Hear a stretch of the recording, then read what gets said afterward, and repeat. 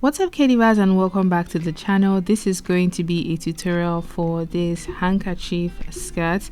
This is a very easy skirt to create, and I decided to make an elastic waistband for this, which means that you don't need to add any zips, any buttons, just a nice stretchy waistband. So it's super comfy to wear and super comfy to style.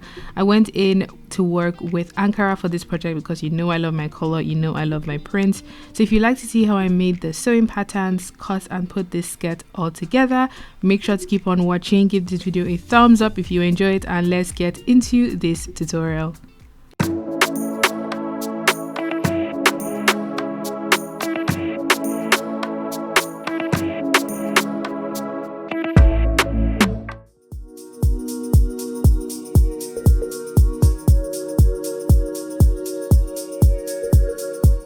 To create this skirt, I'm going to be using this yellow and brown Ankara print. I just love the contrast of color of this print. This is one of the fabric bundles from my Kim Dave store. I'm going to link it down below for anyone looking to shop. 6 yards of Ankara fabrics, and I ship worldwide. In addition to the Ankara fabric, I'm also going to be using a wide elastic band. This one is about 2 inches wide. You can work with a slimmer one if you want, but this is what I had in the studio, and I'm going to be working with that today. Now, I worked with the following measurement: my waistline, hip line, and I decided on how long I wanted the skirt to be. And because this skirt is a circle skirt variation, we're going to follow a similar pattern making manner.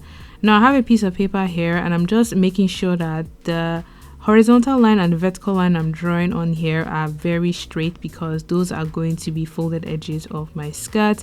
And along the corner, I am going to be marking a radius. And now to calculate that radius, I'm going to be factoring in my hip as the circumference of a circle, and factor that into the formula for finding the radius of a circle, which is C equals to 2 pi r. And once I did that calculation, I ended up with a radius of 6.2. So I recommend you work with your hip measurement or that of your client, so you're able to pull the skirt across your hips and up to your waistline. Now that I have my radius of 6.2 inches, I am going to mark that from this bottom corner here upwards. So I'm going to mark 6.2 diagonally and horizontally and vertically as well, because the aim is to create a circular shape that is going to become the waistline of the skirt. Once I have those dimensions marked, I'm just going in to connect the dash lines using my pattern master and my marker pen, so the lines are clearly visible. Once I'm done doing this, next thing I'm going to do is I'm actually going to mark my desired skirt length. Now, your desired skirt length will be the shortest part of the skirt. Mine is 22 inches. I know the skirt has the bottom edges that dip, so just decide on how short you want the shortest part to be. Once I had marked that horizontally and vertically, I'm just squaring that point across, so those two edges, they connect together to make a squarish hemline. Once you make that squarish hemline, you can actually stop here and make your skirt with this shape like so. But because I want my handkerchief to be more dramatic, I am finding the middle of my waistline, and I'm going to draw a diagonal line that cuts through that middle point and cuts through the very edge where that 22-inch hemline mark met together. So once I have that marked in place, I'm then going to go to the bottom edge of this side of the skirt and find the middle point on that edge, and then I'll find the middle point on the other edge as well, or the other side, and the aim is to create a more dramatic point. And I'm going to be extending that diagonal line by 6 inches and then connect it to the midpoints that I marked on the left and on the right hand side to create a more dramatic point on this side of the skirt pattern.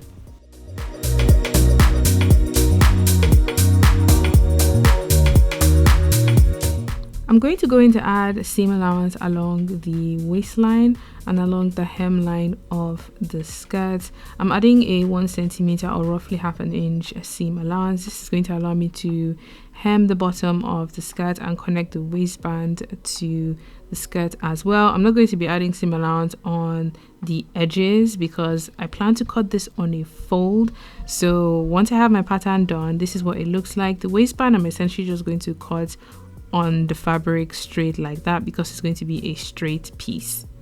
Because of the width of my fabric, I'm going to cut this pattern slightly differently from how I intended.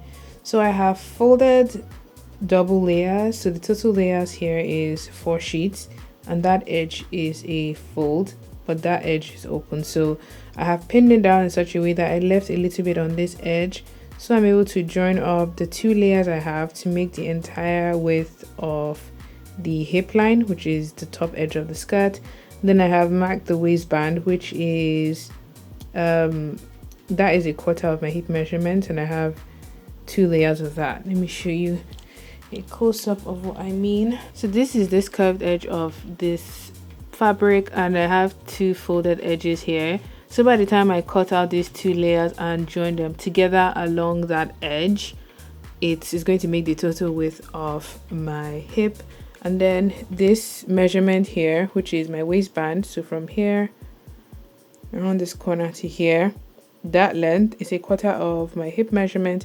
And because I have, you know, 4 layers, by the time I stitch it all together, it makes the total dimension I need. The width is 5 inches because the waistband, because the elastic is 2 inches wide, so I have 4 inches plus an additional ½ an inch just to allow me stitch everything together. So I'm just going to go ahead and cut out all of the pieces I need for this skirt. It ended up consuming a lot more fabric than I thought it would. I think this ends up being about, I'll say this is 4 meters. I'll say this is like 3.5 to 4 meters of fabric, at least for this skirt style.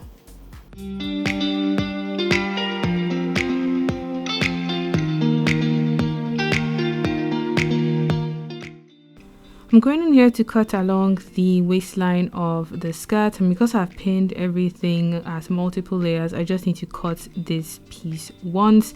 You can cut this skirt straight onto fabric. Just be sure of all of the dimensions you need first, because this was the first time I was making this project. I wanted to do a pattern. I didn't want to take any risk cutting all of this and realizing maybe I didn't calculate something correctly. So if you have done this before, or if you are going to stick with like the straight square sides, you can just cut this straight onto your fabric.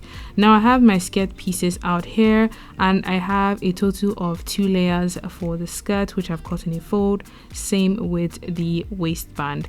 Now I'm going to go ahead to stitch everything together, and I have pinned the side seams together. Thankfully, because I cut it into such a way that it is along the selvage, I honestly don't need to overlock the side seam of that skirt after sewing it, because you see the white tape finishing along the side seam. This I'm going to take to my machine, and I'm going to be sewing on a 1 centimeter seam allowance, because that was roughly how much I left along this edge to allow me to join all of the pieces together. I did this for the left and for the right hand side, and then I just went in to roll and hem the bottom of the skirt. If you have an overlocker, you can overlock and then stitch that, but I decided to just roll and sew it up together. For the waistband, I've put right sides together, and I'm going to be sewing up the side seams, so I'm able to turn this around, press it down, ready to be attached to the waistline of the skirt. Because the skirt has a side seam and the waistband has a side seam, it was relatively straightforward to join everything together, because I just worked with those notched points, or those seam points. Now I'm just joining side seam to side seam from the waistband to the waistline of the skirt. I'm just putting some pins down here first, and I'm going to be sewing the waistband onto the skirt, leaving an opening for me to pass my elastic band through later on. Here I'm just sewing on my 1 centimeter or roughly ½ an inch seam allowance, making my way to the other end, leaving my opening for my elastic band. And once I'm done doing that, I remember to do my back stitch just to secure everything nice and neatly. Next up, I'm going to grab my elastic band, which I have cut to my waist measurement. That I'm going to be attaching a safety pin to one end, so I'm able to pass the elastic band through the tunnel of the waistband. I'm just going to take my time doing this until I arrive at the other end of this particular piece, like so, and then I'm going to sew both ends of the elastic band shut, or sew them close. I'm just sewing multiple stitches here, back and forth. Ideally you would want to do this with a zigzag stitch, so even when this stretches inside your waistband, it does not snap. because this machine does not have a zigzag footer or a zigzag setting yet, or I'm yet to uncover that, I'm just going to do what I know. Then I'm going in afterwards to close off the hole, overlock the waist seam to finish off the skirt, give everything a nice press, and this is what the finished skirt looked like. I think I'm just happy with the fact that I worked with an elastic waistband. It's just so comfortable and so easy to wear.